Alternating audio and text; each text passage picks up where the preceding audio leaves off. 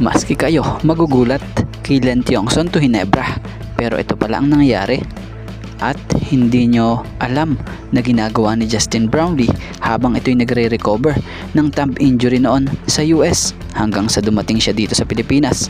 Ito't ating uungkatin. So dito nyo nga malalaman, kaya wag na nga nating patagalin pa, tara at atin ang talakayin lahat yan.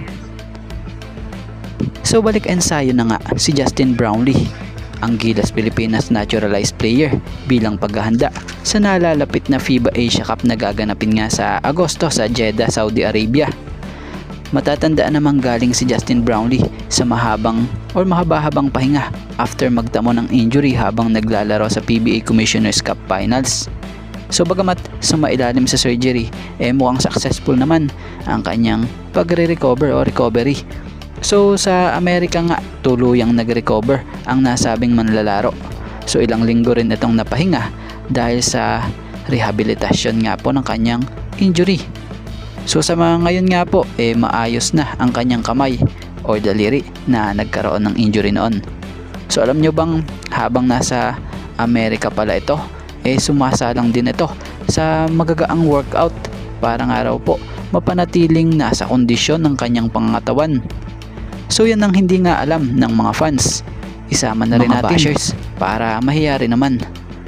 At nito lang, nang nasa Pilipinas na nga si JB, ay sumalang na nga rin ito sa workout and training.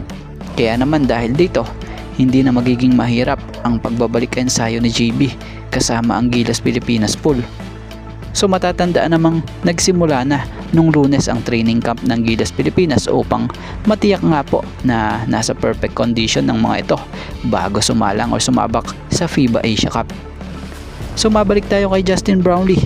Ayon sa karagdagang update lamang po, good news talaga ito dahil para kay Coach Tim, kumpiyansa siya na itong si Gilas Pilipinas naturalized Justin Brownlee talaga namang nasa maayos ng lagay at kumpiyansa nga siya dito. At dito tayo patungkol kay Kaylan Tiongson. So may mga ilang nababasa nga tayo kahit noon pa na una di umano naging target daw sana sa draft ay si Kaylan, kaya lang nabago at naging si RJ na.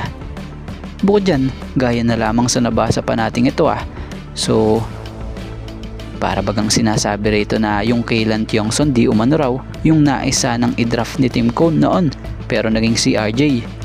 So para sa opinion mga natin dito, kamakailan lang matapos nga malaglag ang Hinebra sa komprehensya sa All Filipino Cup, ang dami nga pong naglabasan na pambabatikos or lumabas mula sa mga bashers ng Hinebra na tinitira or binabash itong rookie ng Hinebra na si RJ Abarientos na siyang naglalaro naman ng maayos at gustong makatulong sa team, na kung saan yung iba pa sinasabi na baka nga raw iba ang mangyayari kung noon pa kinuha na ng Hinebra sa PBA draft itong si Kaylan Tiongson kumpara kay RJ. So para naman sa opinion natin dito, kung yung Kaylan ang tinutukoy nila na sana ito na lang raw kaysa kay RJ, so okay naman na to. Kung halimbawa mang yung Kaylan Tiongson nga ang napick ng Hinebra noon, agree din tayo dito para sa opinion natin. May malaki na sana din itong Hinebra. Malaki din sana ang maitutulong nito sa Hinebra dahil ganitong big man talaga ang kailangan nila. Nasa kanya na yung sipag, tigas, ligsi at may maayos na offense at depensa. So maaaring sayang, pero wala din namang masama kung si RJ ang kinuha ng Hinebra noon sa PBA draft dahil maaaring future yung pinaghahandaan ng Hinebra dahil isang guard nga po ang nalalapit na ring magretiro sa Hinebra. So alam nyo na yan kung sino.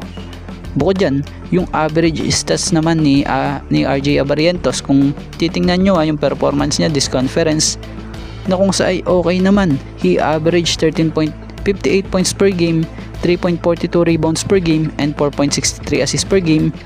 So kung titingnan mo, mataas naman yan para sa isang baguhan sa liga bilang second unit player pa ng team.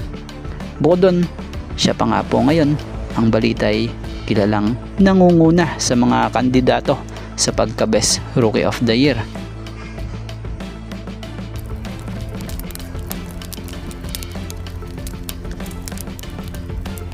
So kaya naman, ano masasabi nyo dito?